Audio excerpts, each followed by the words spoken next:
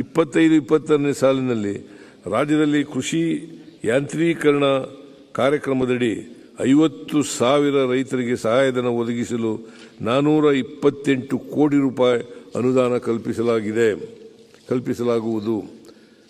ಕೃಷಿ ಬೆಳೆಗಳಲ್ಲಿ ನೀರನ್ನು ಸಮರ್ಥ ಬಳಕೆ ಮಾಡಿ ಮಳೆಯಾಶ್ರಿತ ಪ್ರದೇಶಗಳಲ್ಲಿ ಕೃಷಿ ಉತ್ಪಾದನೆಯನ್ನು ಹೆಚ್ಚಿಸುವ ನಿಟ್ಟಿನಲ್ಲಿ ಅಂದಾಜು 1.81 ಲಕ್ಷ ರೈತರಿಗೆ ಹನಿ ಮತ್ತು ತುಂತುರು ನೀರಾವರಿ ಘಟಕಗಳ ಅಳವಡಿಕೆಗೆ 440 ಕೋಟಿ ರು ಸಹಾಯಧನವನ್ನು ಒದಗಿಸಲಾಗುವುದು.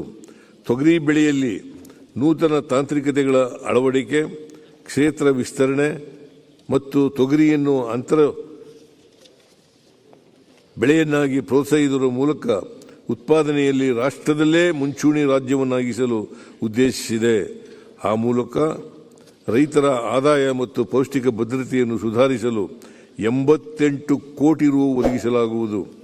ರಾಜ್ಯದಲ್ಲಿ 6,000 ಕಿರು ಆಹಾರ ಸಂಸ್ಕರಣಾ ಘಟಕಗಳು ಹಾಗೂ 14 ಸಾಮಾನ್ಯ ಇನ್ಕ್ಯುಬೇಷನ್ ಕೇಂದ್ರಗಳನ್ನು ಸ್ಥಾಪಿಸಲಾಗಿದ್ದು, ಪ್ರಸಕ್ತ ಸಾಲಿನಲ್ಲಿ 5,000 ಕಿರು ಸಂಸ್ಕರಣಾ ಘಟಕಗಳನ್ನು ಸ್ಥಾಪಿಸಲು ಕ್ರಮ ವಹಿಸಲಾಗುವುದು.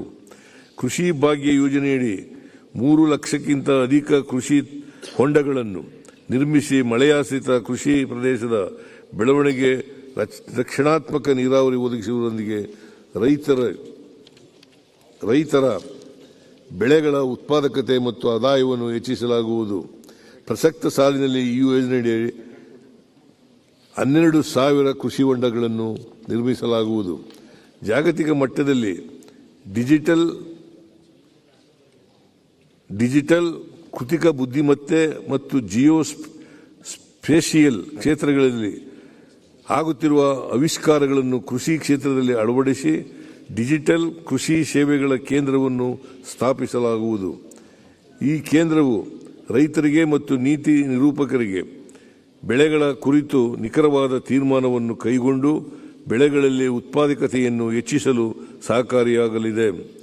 ರಾಜ್ಯದಲ್ಲಿ ಚಾಲ್ತಿಯಲ್ಲಿರುವ ಹವಾಮಾನ ವಲಯಗಳ ವರ್ಗೀಕರಣ ಬಹಳ ವರ್ಷಗಳ ಹಿಂದೆ ಗುರುತಿಸಲಾಗಿರುವುದರಿಂದ ಹಾಗೂ ಇತ್ತೀಚಿನ ವರ್ಷಗಳ ನೈಸರ್ಗಿಕ ವೈಪರೀತ್ಯಗಳ ಬದಲಾವಣೆಯಿಂದ ಹವಾಮಾನ ವಲಯಗಳನ್ನು ಮರು ವ್ಯಾಖ್ಯಾನಗೊಳಿಸಲು ತಜ್ಞರ ಸಮಿತಿಯನ್ನು ರಚಿಸಲಾಗುವುದು.